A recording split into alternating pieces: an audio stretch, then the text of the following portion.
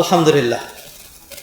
মুসলিয়ান একরাম, সম্মানিত ভাই ও বোনেরা, আমরা আমাদের ধারাবাহিক বিষয়বস্তু ধরে যে খুতবা কন্টিনিউ করে যাচ্ছি, আজকেও তার ব্যতিক্রম নয়।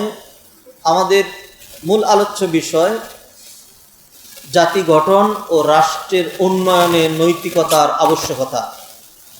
আমরা বহু দিক থেকে এগিয়ে থাকলেও নৈতিকতার দিক থেকে আমরা একটা পিছনের জাতি। কিভাবে আমাদের নৈতিকতাকে ডেভেলপ করা যায়, এর মাধ্যমে আমাদের জাতির কল্যাণ, রাষ্ট্রের উন্নয়ন করা যায়, এটি হলো আমাদের মূল টার্গেট। এবং এরই মাধ্যমে আমাদের দুনিয়া সুন্দর হবে, আখিরাত মুক্তি এবং নাজাতের হবে ইনশাআল্লাহ। আমরা 3টি পয়েন্ট আলোচনা করেছি এই পর্যন্ত। সত্যবাদিতা, সত্য কথা বলা, এটা উত্তম চরিত্রের one of the most important element. সত্য কথা বলা ছাড়া আপনার বাহ্যিক বেশভূষা যতই সুন্দর হোক, আমলের পরিধি যতই বেশি হোক, যদি মিথ্যাবাদী হয় তাহলে এই মিথ্যা তাকে রক্ষা করতে পারবে না, দুনিয়াতেও না আখিরাতেও না। মিথ্যা তাকে জাহান্নামের দিকে নিয়ে যাবে। আসিদকু ইউনজি আল কাযিবু ইউহলিক। সত্য মানুষকে মুক্তি দেয় আর মিথ্যা মানুষকে ধ্বংস করে। অন্য হাদিসে নবীজি সাল্লাল্লাহু আলাইহি সাল্লাম বললেন, ওয়ালা ইয়াজালুল আবদু ইয়াকযিবু হাত্তা ইউকতাবা ইনদাল্লাহি কাযযাবা। মানুষ যখন মিথ্যা বলে তখন ওই ব্যক্তির নাম মিথ্যাবাদীদের, কাযযাবদের ডায়েরিতে ওঠানো হয়। এই হাদিসের শুরুতে আরো বলা হয়েছে যে ইন্নাল সত্য কথা মানুষকে ইয়াহদি ইলাল বির ওয়া ইন্নাল বিররা ইয়াহদি ইলাল জান্নাহ। সত্য মানুষকে কল্যাণের পথ দেখায়, কল্যাণ মানুষকে জান্নাতে নিয়ে যায়। আর মিথ্যা মানুষকে ইয়াহদি ইলাল ফুজুর, পাপের পথ দেখায়। ওয়া ইন্নাল ফুজুর ইয়াহদি ইলান নার, আর পাপ মানুষকে জাহান্নামে নিয়ে যায়। অতএব সত্যবাদিতা খুবই ইম্পর্টেন্ট, এটি আমরা আলোচনা করেছি।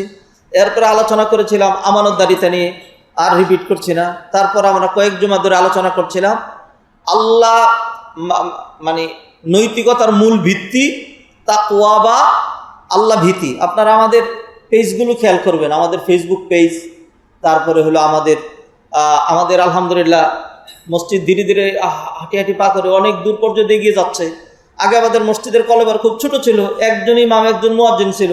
এখন আলহামদুলিল্লাহ খতিব সহ 3জন ইমাম, তারপরে মুয়াজ্জিন আছে, খাদেম আছে অসংখ্য, এরপরে আমাদের ইঞ্জিনিয়ার আছে পার্মানেন্ট, তারপরে আমাদের আইটি ডিপার্টমেন্টের লোক আছে পার্মানেন্ট। অনেক কাজ করা হচ্ছে, মানুষ সারা বিশ্ব থেকে এগুলো ফলো করে আমাদের এগুলো।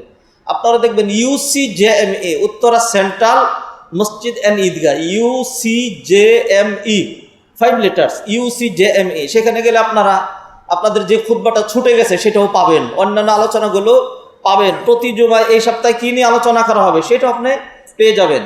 যেমনটি বলছিলাম যে আপনাদেরকে আগে জানিয়ে দেওয়া হয়েছে, আমরা আলোচনা করছিলাম যে নৈতিকতার মূল ভিত্তি তাকওয়া বা আল্লাহ ভীতি। এটি ধরে আমরা কিছু আলোচনা করেছি। তাকওয়ার সংজ্ঞা, বিশেষ করে আলী রাদিয়াল্লাহু আনহু যে সংজ্ঞা দিয়েছিলেন সেটিকে আমরা যৎসামান্য অ্যানালাইজ, এক্সপ্লেইন করার, এক্সপান্স করার, খুলে আলোচনা করার একটু এক্সাম্পল, উদাহরণ নিয়ে আসার চেষ্টা করেছি। আজকে আমরা গত সপ্তাহ থেকে শুরু করেছি কোরআনিক ডেফিনেশন নিয়ে আসছে। কোরআনিক ডেফিনেশন মুত্তাকি কাদেরকে বলে? আল্লাহ সুবহানাহু ওয়া তাআলা কোরআনের শুরুতেই, একদম কোরআনের শুরুতে তাকওয়া প্রসঙ্গটি নিয়ে আসলেন। যালিকাল কিতাবু লা রাইবা ফীহি হুদাল লিল মুত্তাকিন, হুদাল লিল মুত্তাকিন। এইবার মুত্তাকি কারা? মুত্তাকি হতে হলে কি কে লাগে, ইলম লাগে, আল্লাহ সুবহানাহু ওয়া তাআলা এক দুই করে উল্লেখ করলেন। এটা গত সপ্তাহের আলোচনার রিপিট। আল্লাযীনা ইউমিনুনা বিল গায়ব, নাম্বার 1 গায়বের প্রতি ঈমান, বিশ্লেষণে যাব না। ওয়া ইউকিমুনাস সালাহ, সালাত কায়েম। ওয়া মিম্মা রাযাকনাহুম ইউনফিকুন, আর আমার দেয়া রিজিক থেকে তারা দান সদকা করে। এই 3টা। আল্লাযীনা ইউমিনুনা বিমা উনজিলা ইলাইকা ওয়া মা উনজিলা মিন ক্বাবলিক ওয়া বিল আখিরাতি হুম ইউকিনুন। কোরআনের প্রতি এবং আগের যে কিতাবগুলো, আসমানি কিতাব, এগুলির প্রতি তারা ঈমান রাখে, একেবারে মজবুত ঈমান রাখে। এরপর আল্লাহ বললেন উলাইকা আলা হুদাম মির রাব্বিহিম ওয়া উলাইকা হুমুল মুফলিহুন।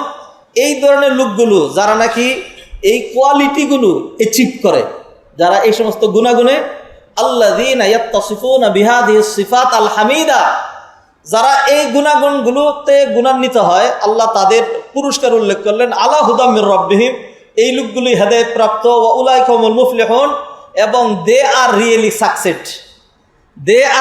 সাকসেড।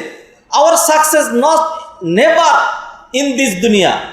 এখন হাই রাইজ বিল্ডিং না, অডেল সম্পদ, প্রচুর প্রাচুর্য, অডেল সুখ্যা, অনেক বেশি সুখ্যাতি, অনেক বেশি পরিচিতি, আর হলো কর্তৃত্ব, নেতৃত্ব, দীর্ঘদিন ক্ষমতা, না, এগুলি কোনোটার মধ্যে সফলতা না। মুমিনের সফলতা আসলে দুনিয়াতে নাই। দুনিয়াতে কেমন সফলতা থাকে? আপনি খুব বিল্ডিং করলেন, অনেক কিছুই করলেন, এরপরে দুনিয়া ছেড়ে তো আপনাকে চলেই যেতে হচ্ছে, এটা তো আপনাকে রাখতে পারছে না। যাই হোক, বিশ্লেষণে যাচ্ছি না। মুমিনের সফলতা আখেরাতে। কোরআনে আল্লাহ সুবহানাহু ওয়া তাআলা বললেন, মন দিয়ে খেয়াল করবেন, এই বাহ্যিক কর্ণ থেকে শুনবেন না, হৃদয় কর্ণ খুলে দেন, তাহলে বেনিফিটেড হবেন বেশি। আল্লাহ সুবহানাহু ওয়া তাআলা বলছেন, কুল্লু নাফসিন যায়কাতুল মাউত, প্রতিটা মানুষ মারা যাবে। ওয়া ইন্নামা তুওয়াফাউনা উজুরাকুম ইয়াওমাল কিয়ামা, কিয়ামতের দিন তোমাদেরকে প্রতিদান দেওয়া হবে। প্রতিদান কিসের? আমলের প্রতিদান। ভালো হলে ভালো, খারাপ হলে খারাপ। Every action has reaction. মান ইয়ামাল মিসকালা যাররাতিন খাইরান ইয়ারা ওয়া মান ইয়ামাল মিসকালা যাররাতিন শাররান ইয়ারা। ইয়াজ ইউ সো ইউরিপ, যেমন করবেন কামা তাদিনু তুদানু। এর উল্টা না, দুনিয়াতে খুব খারাপ করবেন আর মনে করবেন যে আমি মনে জান্নাতেই যাচ্ছি। দুরাশা। আল্লাহ কিছু লোককে অনেক খারাপ করার পরেও মাফ করে দিতে পারেন, সেটাও আছে। আবার কিছু লোক অনেক ভালো করার পর আল্লাহ তাকে পাকড়াও করে ফেলতে পারেন, এটাও আছে। But this is exceptional case. Exceptional case কাকে বলে? আপনি সেটার উপর করলে তো আর কিছুই করতে পারবেন না। ময়মনসিংহ থেকে গাড়িগুলি রওনা দিচ্ছে, যারা বাসে উঠেছে তারা ঢাকা আসতেছে। তো ঢাকার থেকে যারা ময়মনসিংহ যাচ্ছে, বাসে উঠেছে, ট্রেনে উঠেছে, তারা ময়মনসিংহ যাচ্ছে। এখন কেউ যদি মনে করে যে এক্সেপশন তো আছে, যত মানুষই বাসে উঠবে সব কি ময়মনসিংহ যাইতে পারবে? এই কথা সত্য, সব যাইতে পারবে না। হঠাৎ মাসে একটা গাড়ি অ্যাক্সিডেন্ট হইতেও পারে, এটা এক্সেপশনাল কেস। অনেক খারাপ আমল করার পরে একজনকে আল্লাহ মাফ করে দিতে পারেন দুই একটা ভালো কাজের উসিলায়, সেটা তো আলাদা কেস। কিন্তু সাধারণ কেস কি? আপনি ভালো করবেন, ভালো পাবেন, খারাপ করবেন, খারাপ পাবেন। ওয়াইন্নামা তুওয়াফাউনা উজুরাকুম ইয়াওমাল কিয়ামা ফামান যুহজিহা আনিন নার, যাকে জাহান্নাম থেকে নিষ্কৃতি দেওয়া হলো। পয়েন্ট খেয়াল করবেন। ওয়া উদখিলাল জান্নাহ, শর্ত দুইটা, জাহান্নাম থেকে নিষ্কৃতি এবং জান্নাত প্রাপ্তি। ফাকাদ ফাজা, ওই লোকটাই সফলকাম। অর্থাৎ জান্নাতে না যাওয়া পর্যন্ত একজন মুমিনের কোনো সফলতা নাই। ইমাম আহমদ ইবনে হাম্বল রাহিমাহুল্লাহ, হাম্বলি মাযহাবের ইমাম, বিশাল বড় বুজুর্গ ইমাম ছিলেন। তাকে প্রশ্ন করা হয়েছিল, একজন মুমিন কখন স্বস্তির নিঃশ্বাস ফেলবে, কখন সে মনে করবে যে এখন আমি রিস্ক ফ্রি, কখন? ইমাম সাহেব বললেন, যদি কিয়ামতের দিন কেউ আল্লাহর আরশের নিচে ছায়া পেয়ে যায় তবু আমার ভয় হয়। কিয়ামতের দিন কারো নেকের পাল্লা যদি ভারী হয়ে যায় তবু আমার ভয় হয়, কারণ সামনে এমন একটা ঘাটি আছে যেই ঘাটিটা এত কঠিন। কোরআনে আল্লাহ বললেন, ওয়া ইম মিনকুম ইল্লা ওয়ারিদুহা কানা আলা রাব্বিকা হাতমাম মাকদিয়া, তোমাদের প্রত্যেকেরই এই ঘাটি পার হয়ে যেতে হবে। এটা হলো লাস্ট ঘাটি, আগের ঘাটিগুলির চাইতে এটা আরো বেশি কঠিন। এটাতে আমরা বাঙালিরা বলি ফুল সিরাত, আর আরবিতে বলে সিরাত।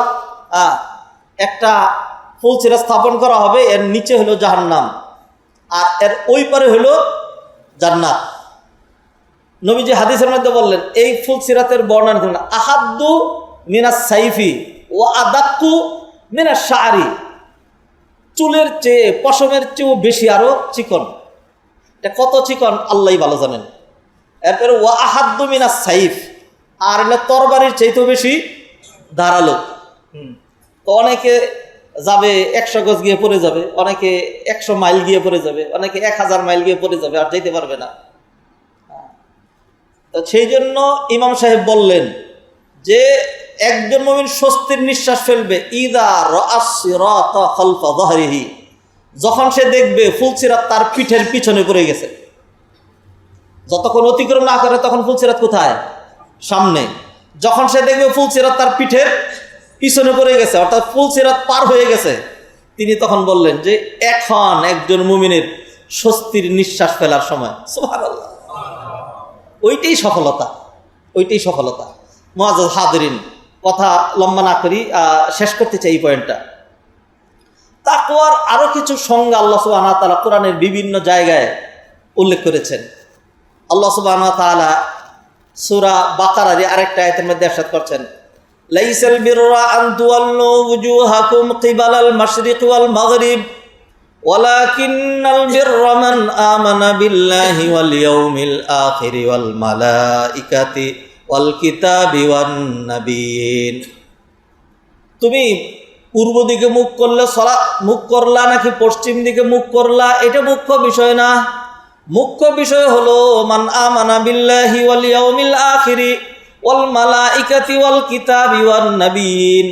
ভাগ্যের ইমানের 5টা রুকনের কথা এখানে উল্লেখ করা হয়েছে, কিন্তু একটা রুকন এখানে বাদ আছে, সেটা হলো কাদার।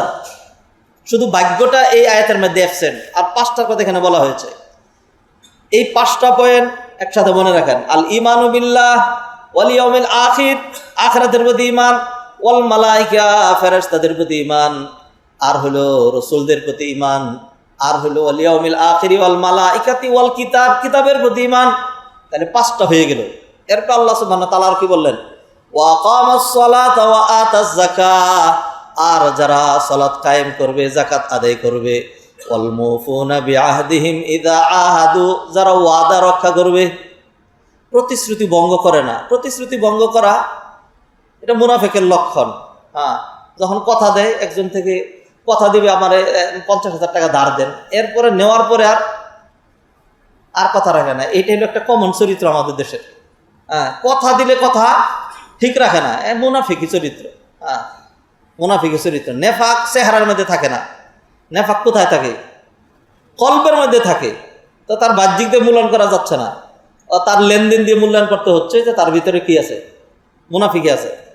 এরপরে আল্লাহ সুবহানাহু ওয়া তাআলা আরো বললেন, ওয়াস-সাবিরিনা ফিল বাসাই ওয়াদ-দাররাই ওয়া হিনাল বাস।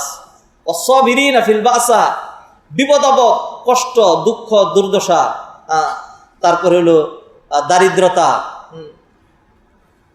এইগুলির উপর সে ধৈর্য দান করে। ওয়াস-সাবিরিনা ফিল বাসাই ওয়াদ-দাররাই ওয়া হিনাল বাস উলাইকাল্লাযীনা সাদাকু। এই যে কতগুলো গুণাগুণ উল্লেখ করা হইল, যেগুলো 5টা ইমানের রুকন, ইকামাতুস সালাহ, ইতাউজ যাকাত, এই হইল 7টা। তারপর 8 নম্বর হইল প্রতিশ্রুতি পূর্ণ করা, 9 নম্বর হইল ধৈর্য ধারণ করা। সূরা বাকারার শুরুতে আরো কিছু গেছে। তো এরপর আল্লাহ বললেন, উলাইকাল্লাযীনা সাদাকু, এই লোকগুলোই সত্যবাদী, ওয়া উলাইকা হুমুল মুত্তাকুন, আর এই ধরনের গুণে যারা বিভূষিত তারাই মুত্তাকি, তারাই মুত্তাকি। অতএব এখানে আমরা তাকওয়ার একটা সংজ্ঞা পেলাম। যদি কোনো মুত্তাকি পাওয়া যায় এরকম, সব ঠিক আছে, খালি নামাজটা পড়ে না, তাহলে সে মুত্তাকি হওয়ার কোনো সুযোগ।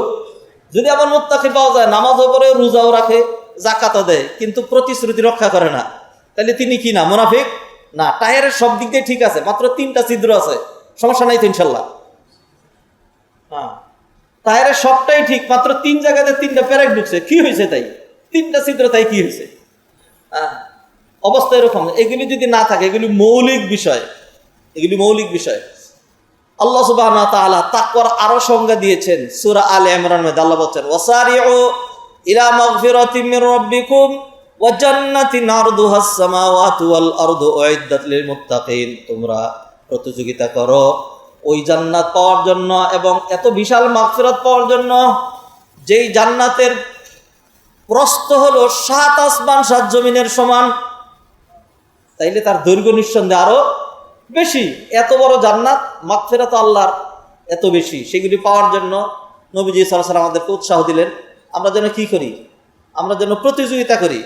এই জান্নাত এবং মাগফিরাত কার জন্য আল্লাহ সুবহানাহু ওয়া তাআলা রেডি করে রেখেছেন?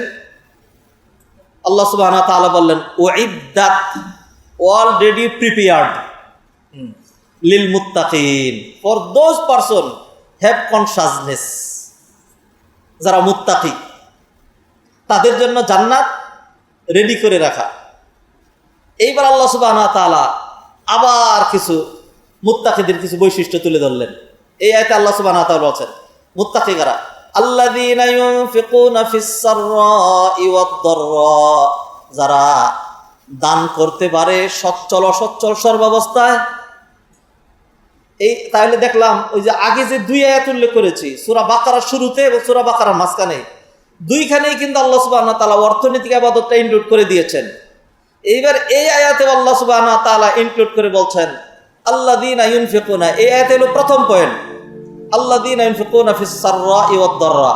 নতুন পয়েন্ট আরেকটা আসছে, ওয়াল কাযিমিনাল গায়যা, আর যারা নিজের ক্রোধকে সংবরণ করতে পারে, নিজের ক্রোধকে যারা সামলাইতে পারে। রাগ খুব খারাপ জিনিস। শেখ সাদি বলছেন কারো যখন রাগ ওঠে সে যেন আয়নার সামনে গিয়ে তার চেহারাটা দেখে কত বিভৎস, কত কুৎসিত দেখায় তার চেহারাকে। যে রাগ নিয়ন্ত্রণ করতে পারে না সে খামাখাই নিজের বীর পুরুষ, খুব বাহাদুর, অথবা মনে করে যে আমি আই এম এডমিনিস্ট্রেটর। এডমিনিস্ট্রেটর কিসের এডমিনিস্ট্রেটর? আপনি তো আপনার রাগই সামলাইতে পারেন না। আমি প্রতিষ্ঠান প্রধান, আমি এরকম সেরকম, আমি ক্ষমতাধর। আপনি আপনার রাগ থামাইতে পারেন না, আপনি তো একদম বেলুলিস। রাগ থামাইতে না পারলে মানুষের দুনিয়াতে কি হয়? রাগের মাথায় হাজবেন্ড ওয়াইফ, রাগের মাথায়। এরপরে খালি প্রশ্ন, শেখ হুজুর একটা মাসালা আমি বলি, যদি ডিভোর্স এবং তালাক সংক্রান্ত না হয় তাহলে প্রশ্ন করেন, আর যদি সেই সংক্রান্ত হয় তাহলে রাত্রেবেলা। কারণ এটা তো আরেক কথা যে হ্যাঁ হয়ে গেছে এরকম বলা যাবে না, এটা ডিটেলস লাগে। এরপর বলো না হুজুর তালাক সংক্রান্তই, হ্যাঁ তালাক সংক্রান্তই। কি সর্বশেষ জিস কি রাগের মাথায় বলছে, রাগের মাথায়। তো আমি তখন বলি যে কোন স্বামী কিরকম আছে যে মেজাজটা খুব ফুরফুরা, বেতন বাড়ছে, তারপরে হলো পদোন্নতি হয়েছে, হ্যাঁ গাছে ফল আসছে, ধান পেকেছে, পুকুরে মাছ হয়েছে, অনেক খুব ভালো অবস্থা। এই জন্য স্ত্রীকে খুশিতে বললো যে মেজাজটা খুব ফুরফুরা, অনেক ভালো, অনেক কিছু হয়েছে, সেই জন্য খুশিতে আমি তোমার তালাক দিলাম। এইভাবে কেউ কি তালাক দেয়? ডিভোর্স মানুষ কখন দেয়? ডিভোর্স তো মানুষ দেয় যখন তার মেজাজটা কি হয়ে যায়, খারাপ হয়ে যায়। এত সব কিছু আপনি বুঝছেন, হেরফের হয় যে ঠিক ছিল না। আর অন্য কিছু হুজুর আছে বলে যে না, বেশি রাগের মাথায় তালাক দিলে তালাক হয় না, 1000 বার তালাক হয়। রাগ যদি এরকম হয় যে তার ডাইন বাম কোনো কিছু সে বলতে পারবে না, পাগলের মতো হয়ে গেছিল, যদি এরকম হয় একটা পাগল দা গ্রেট, যখন তার ব্রেন আউট হয়ে গেছে, সেটা আলাদা আরেক জিনিস। কিন্তু সাধারণ রাগেই তো মানুষ তালাক দেয়। তালাক হবে না মানে 1000 বার তালাক হবে। তো ক্রোধকে নিয়ন্ত্রণ করা এটা তাকওয়ার একটা ইম্পর্টেন্ট এলিমেন্ট। যাদের রাগ বেশি আমি তাদের একজন, যাদের রাগ বেশি আমি দ্ব্যর্থহীন ভাষায় বলছি আমি তাদের একজন। রাগ তো থাকতেই হবে। যে সমস্ত পুরুষ রাগ নাই এগুলি পার্টসলেস। রাগহীন মানুষ যেগুলি, এগুলি ভালো না। যাদের আবার রাগ নেই, রাগ করেন না।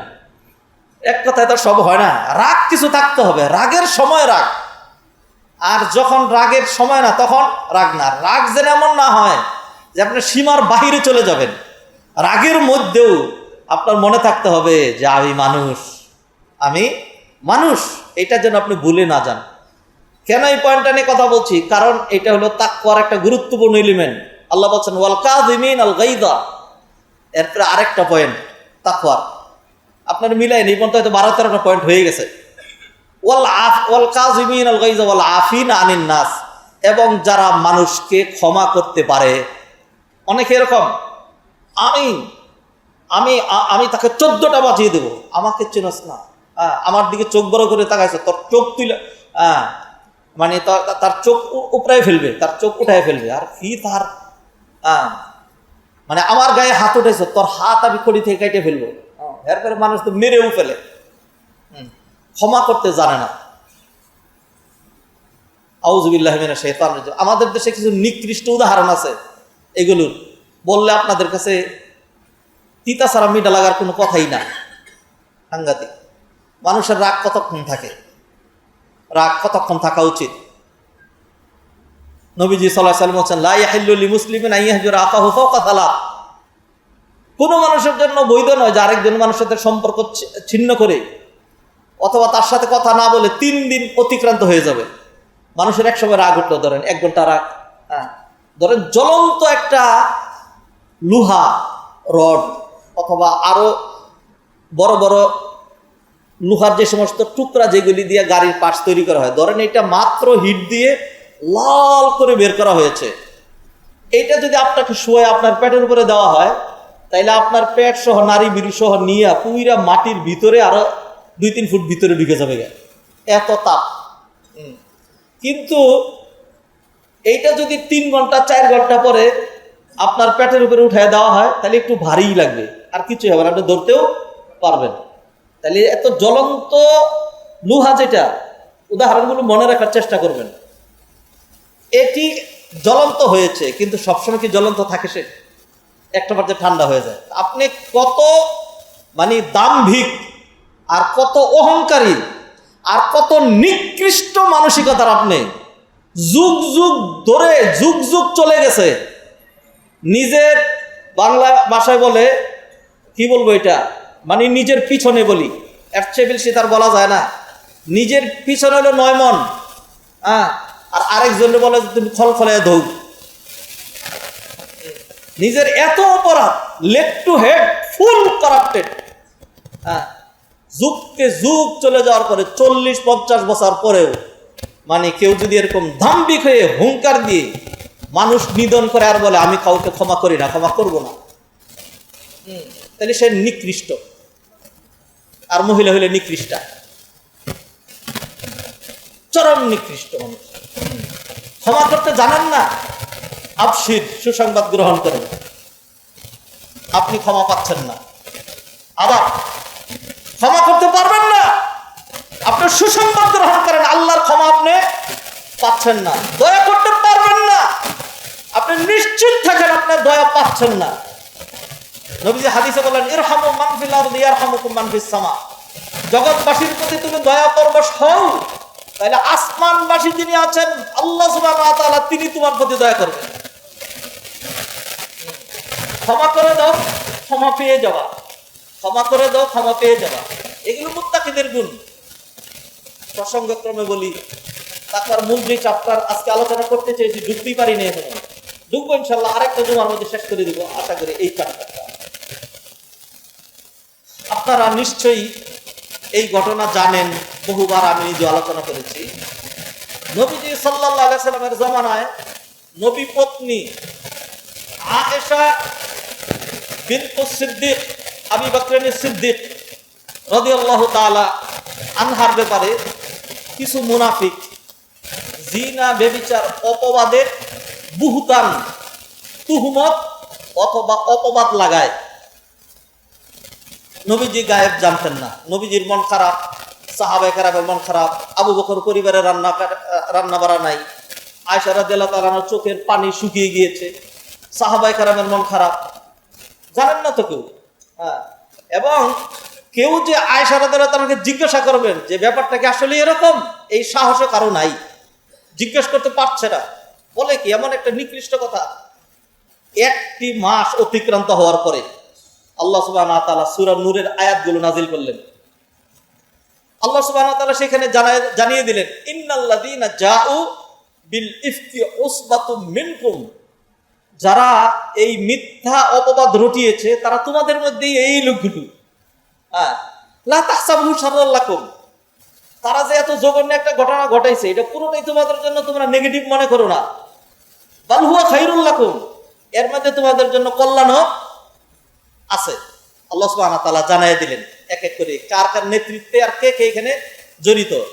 বুখারীতে 4টা নাম উল্লেখ করা হয়েছে, নবীজি সাল্লাল্লাহু আলাইহি সাল্লাম উল্লেখ করেছেন এই নামগুলো, এরা ইফকের সাথে জড়িত ছিল। তার মধ্যে এক ব্যক্তি আবু বকর রাদিয়াল্লাহু তাআলা আনহুর ফুফাতু বোন অথবা এরকমই খালা বা খালাতু বোনের ছেলে সম্পর্কে আবু বকর রাদিয়াল্লাহু তাআলা আনহু ভাগ্নে হয়, দরিদ্র ছিল। আবু বকর রাদিয়াল্লাহু তাআলা তাকে পৃষ্ঠপোষকতা করতেন, সেও এটার সাথে জড়িত। নাম হলো মিস্তাহ বিন আসাদ, মিস্তাহ বিন আসাদ এটাও তার নাম, সেও জড়িত ছিল। আল্লাহ সুবহানাহু ওয়া তাআলা জানাই দিলেন এরা জড়িত। এরপরে আল্লাহর বললেন এই ঘটনাকে পুরোটাকে নেগেটিভ মনে করো না, এর মধ্যে কল্যাণও। মা আয়েশার বিরুদ্ধে এরকম জঘন্য কথা বলে হলো, কল্যাণ কেমনে থাকে? একটা কল্যাণ আমি ব্যাখ্যা করি, সেটা হলো নবী মুহাম্মদ রাসূলুল্লাহ সাল্লাল্লাহু আলাইহি সাল্লাম এবং আয়েশা রাদিয়াল্লাহু তাআলা আনহা, এই দুইজন হলেন জাওজান, জান, স্বামী স্ত্রী, অমিন কুল্লি শাইইন খালাকনা যাওজাইনি, আমরা স্বামী স্ত্রী বলি, আরবিতে স্বামী স্ত্রী বলে না, আরবিতে বলে যাওজাইন, আর ইংরেজিতে বলে স্পাউস। হ্যাঁ, এইটা যাওজাইনের শাব্দিক যে অর্থ সেটা হলো জুড়া, সেটা হলো জুড়া। জুড়া কাকে বলে? যারা গ্রামের গরুর গাড়ির দুই গরুর জুড়া দেখেছেন, ডাইনের গরু বামের গরু, একটা খুব মোটা তাজা অনেক শক্তিশালী, আরেকটা খুব চিকন চাকন দুর্বল, এটা দিয়ে জুড়া হয় না, জুড়া হয় সমান সমান। আরও দূরে যাওয়া দরকার নাই, শহরের ছেলেরাও যেন বুঝে, পায়ের দুইটা মোজা, দুইটা জুতা এক জোড়া, এই দুইটা মিলে ওয়ান পেয়ার, এক জোড়া। এই জোড়া কি? এক পায়ের জুতা 48 নম্বর, আরেক পায়ের জুতা 41 নম্বর, এটা জুতা সমান সমান হলে কি হয়? জুতা হয়।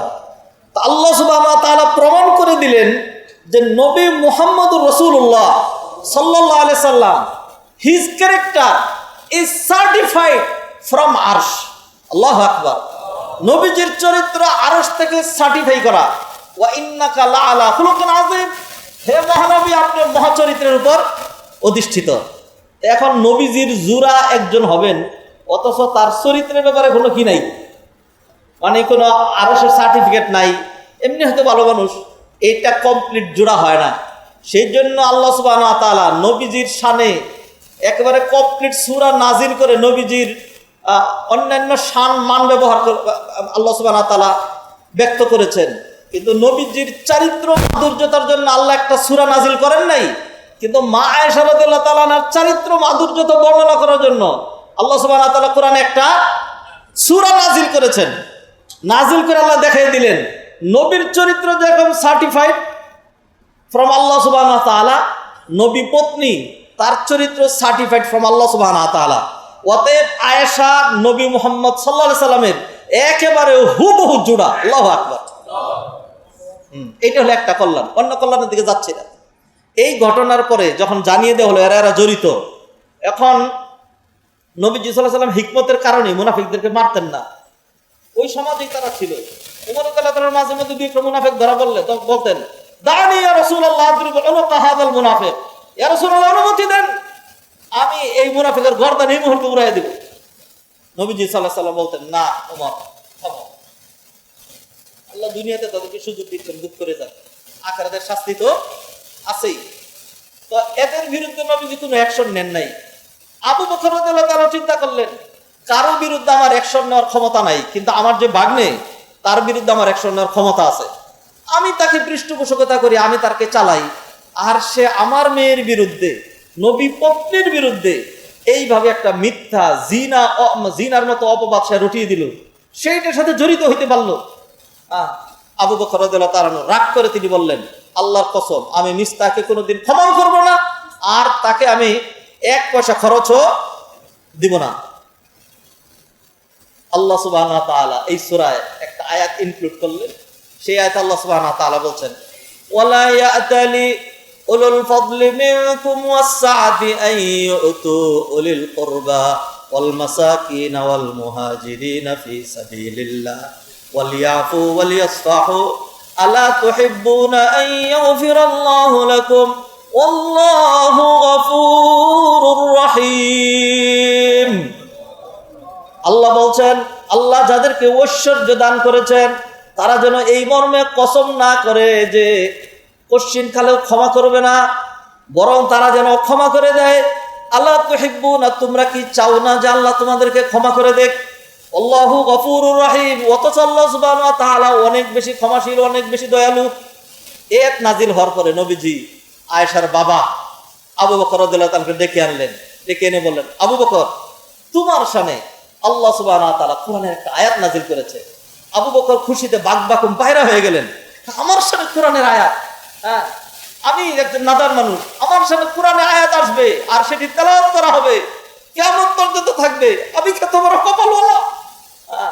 তখন নবীজি তাকে আয়াত তেলাওয়াত করে শুনাইলেন যে তুমি যে মিস্তাকে ক্ষমা না করার ঘোষণা করেছো, আল্লাহ এর উল্টা আয়াত নাজিল করেছেন, তুমি যদি মিস্তাকে ক্ষমা করে দাও তাইলে আল্লাহ ওয়াদা দিয়েছেন আল্লাহ তোমাকে ক্ষমা করে দিবেন।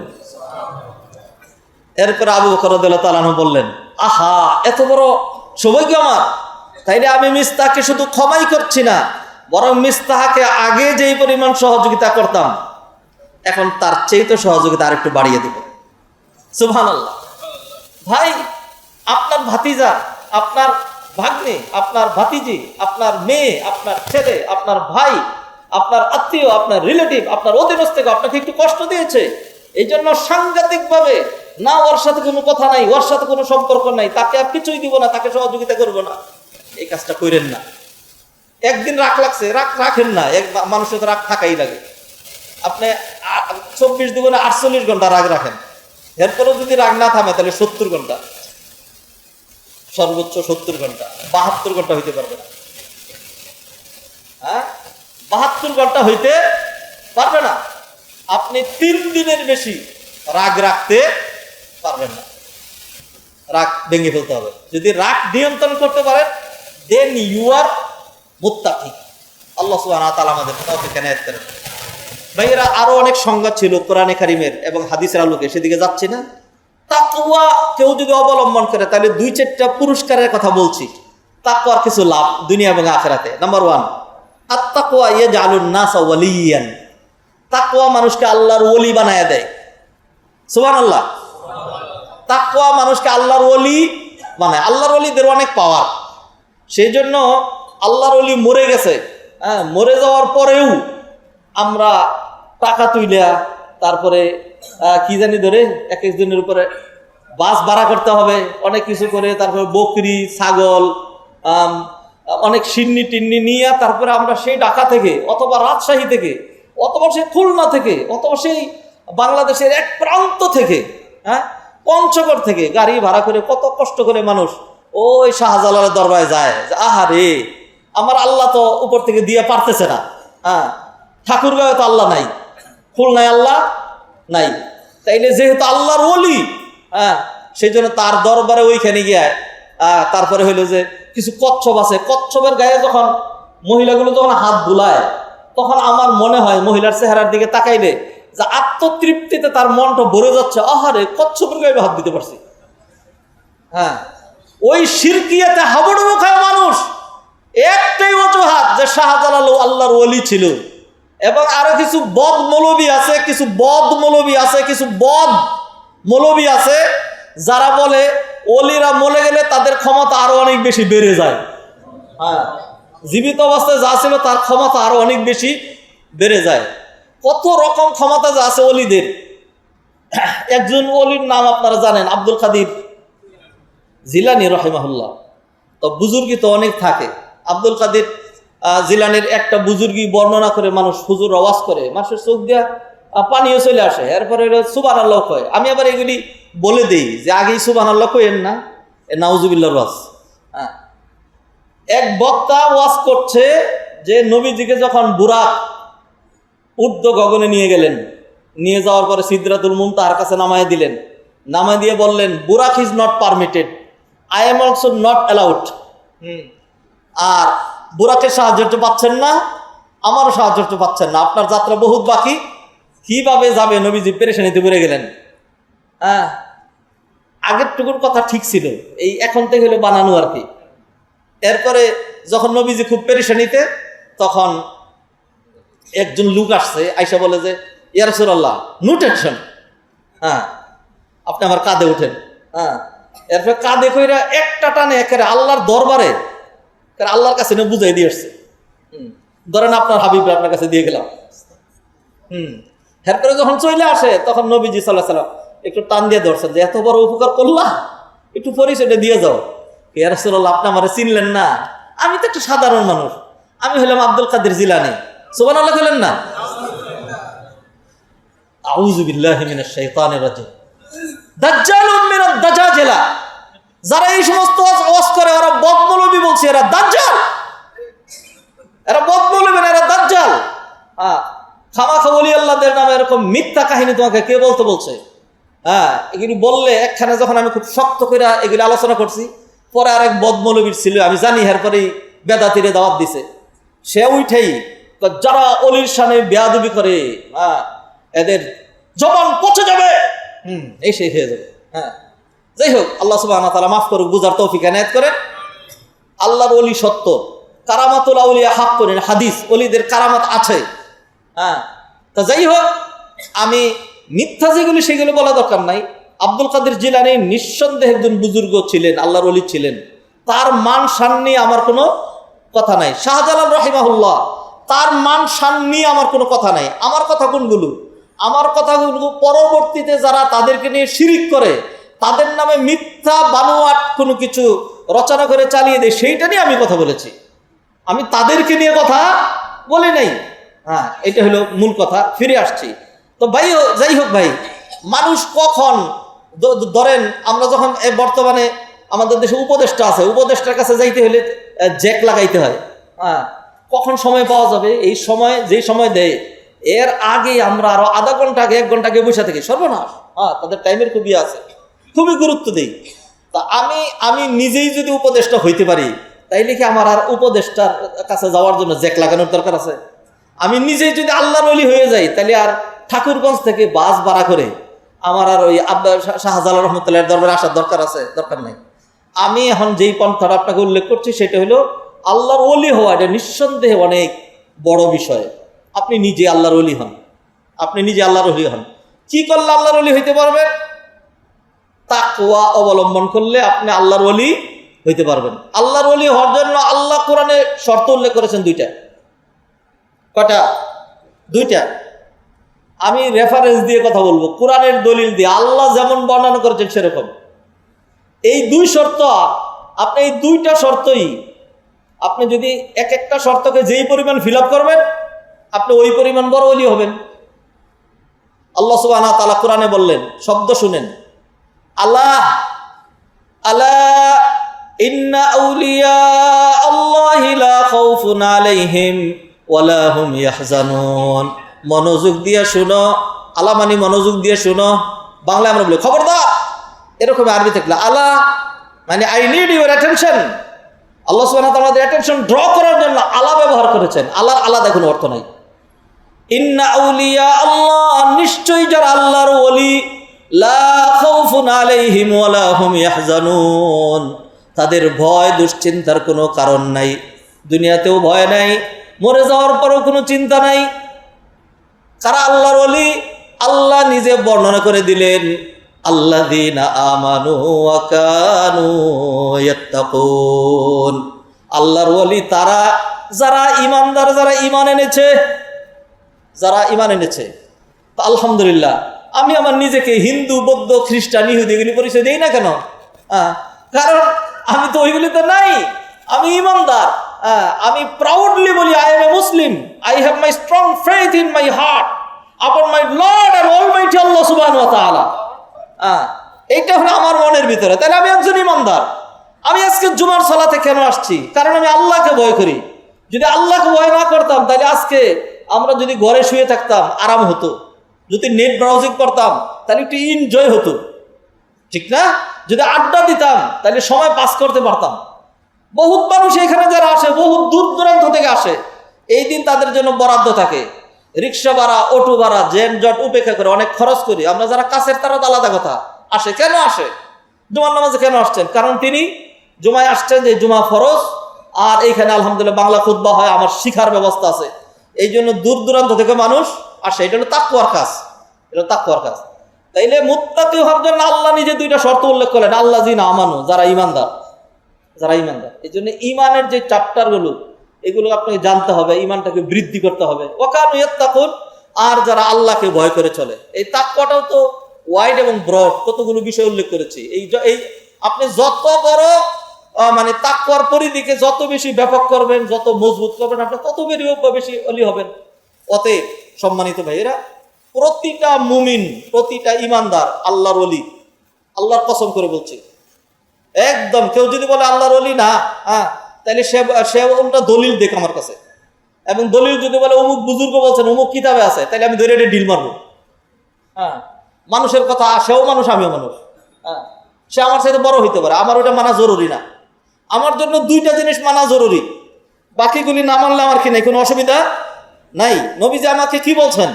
তারাকতু ফীকুম আমরাইন, তোমাদের কাছে আমানত দিয়ে যাচ্ছে কয়টা জিনিস? 2টা জিনিস। একটা হলো কিতাবুল্লাহ, আরেকটা সুন্নাত রাসূলিহি সাল্লাল্লাহু আলাইহি সাল্লাম। আল্লাহর কিতাব কোরআন এবং হাদিস প্রত্যাখ্যান করার কোনো সুযোগ নাই। আল্লাহ সুবহানাহু ওয়া তাআলা বলছেন, আল্লাহু, নিশ্চয় আপনারা বুঝছেন শব্দ দিয়া, আল্লাহু ওয়ালিউল্লাযীনা আমানু, আল্লাহু ওয়ালি, আল্লাহ হলেন বন্ধু, আল্লাযীনা আমানু, যারা ঈমান এনেছে আল্লাহ তাদের বন্ধু। বন্ধু এমন একটা সম্পর্ক একদিক থেকে হয় না। আমি যদি আপনার বন্ধু হই তাহলে আপনিও আমার বন্ধু। আমি যদি কারো বাবা হই তাহলে সে আমার সন্তান। আমি যদি কারো হাজবেন্ড হই তাহলে সে আমার স্ত্রী। আমি যদি কারো ভাই হই তাহলে সে আমার ভাই অথবা বোন, এরকম সম্পর্ক। আর বন্ধু কিরকম? আমি যদি বন্ধু হই তাহলে যার বন্ধু সেও কি বন্ধু, এটা এক পেশে হওয়ার না। আল্লাহ বললেন, শব্দ শুনেন, আপনাকে আমি আরবি বুঝাই দিচ্ছি। আল্লাহু ওয়ালিয়ু, আল্লাহ ওয়ালি, আল্লাযীনা আমানু, কাদের? যারা ঈমানদার তাদের ওলি আল্লাহ। অন্য আয়াতে আল্লাহ বললেন, ওয়াল্লাহু ওয়ালিয়ুল মুমিনিন, যারা ঈমানদার তাদের বন্ধু হলেন আল্লাহ। সুবহানাল্লাহ। ভাইয়েরা, বিশাল বড় প্রাপ্তি। আজকে একটা পয়েন্টই শেষ করব, খুব বেশি লম্বা করব না, অলরেডি সময় অনেক দূর গড়িয়েছে। আপনি যদি মুত্তাকি হতে পারেন, তাকওয়া অবলম্বন করতে পারেন, তাহলে আপনার চরিত্র তো ঠিক হবেই, আপনার রাষ্ট্রের কল্যাণ তো হবেই, আপনার মাধ্যমে জাতি গঠিত হবেই, এটা তো নিশ্চিত। এর চেয়ে বড় কথা হলো, আপনি যখন তাকওয়া অবলম্বন করলেন, দেন ইউ আর মুত্তাকি, এটা বিশাল বড় একটা পুরো না। তাকওয়া অবলম্বন করলে আপনি মুত্তাকি, আর আপনি মুত্তাকি হলে আপনার ওলি, আপনি আল্লাহর ওলি। এটা বিশাল বড় একটা পুরস্কার। এবং আল্লাহর ওলি হলে কি হয়?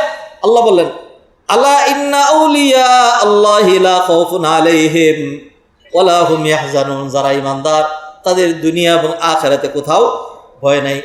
অন্য আয়াতে আল্লাহ বলে দিলেন, ইন আউলিয়াউহু, আউলিয়া তো বুঝেন আপনারা, ওলির বহু বলছেন আউলিয়া। ইন আউলিয়াউহু, আল্লাহর ওলি তো তারা, ইন আউলিয়াউহু ইল্লাল মুত্তাকুন, যারা মুত্তাকি তারাই আল্লাহর ওলি। ওয়ালাকিন্না আকসারহুম লা ইয়ালামুন, কিন্তু অধিকাংশ মানুষ এই বিষয়টা জানে না। আল্লাহু আকবার। তাহলে কি মনে করেন? হ্যাঁ, আমরা তো প্রাউড ফিল করি, বলি কি যে ধরেন উদাহরণস্বরূপ আমি বলি যে অমুক উপদেষ্টা আমার সাথে খুব ভালো সম্পর্ক আছে। কেন? কিভাবে ভালো সম্পর্ক আছে? এইভাবে তার সাথে পারিবারিক ব্যবহার পরিচয় আছে, এগুলো আমরা প্রাউড ফিল করি। তার সাথে আমার একটা বন্ধুত্ব আছে। এটা আপনি খুব বড় করে দেখলেন, ভালো। তা আপনি এটা বড় করে দেখতে পারেন না যে আমার বন্ধুর নাম আল্লাহ। আল্লাহু আকবার। এগুলি তো ফিলিংসের বিষয়, এগুলি বুঝাই দেওয়ার বিষয় না, এগুলি বুঝা নেওয়ার বিষয়। এ সমঝানে কি বাত নেই হ্যায়, এ সমঝনে কি বাত হয়। মাওলানা আমিনুল ইসলাম, প্রবীণ আলেম, প্রবীণরা চিনবেন, নবীনরা চিনবেও না। গার গর্দান অনেক মোটা ছিল, খুব সুন্দর। লালবাগ শাহী মসজিদের আলোচনা করতেন, অর্ধেক খুতবা উর্দু বলতেন। উনি মাঝে মাঝে আবেগ আপ্লুত হয়ে বলতো, মেরে দোস্ত বুজুর্গ, मैं तुम्हें कैसे समझाऊं, ये तो समझाने की बात नहीं है, ये तो समझने की बात है। এটা বুঝাই দেওয়ার জিনিস না, এটা বুঝে নেওয়ার জিনিস।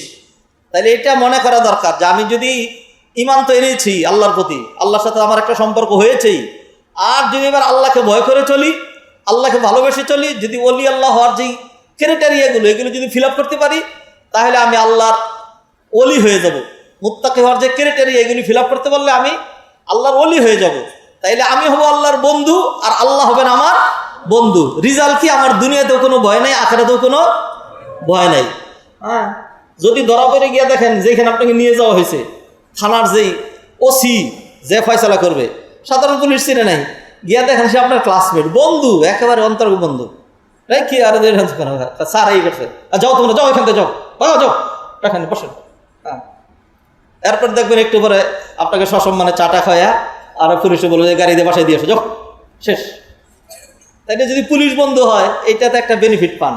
আল্লাহ যদি আদালতে আখেরাতে, যেই দিন আল্লাহ ছাড়া আর কারো কোনো ফয়সালা চলবে না, সেই দিন যদি অবস্থা এরকম হয় যে আমি আল্লাহর বন্ধু, আল্লাহ আমার বন্ধু, তাহলে আমার ফয়সালাটা কি হবে?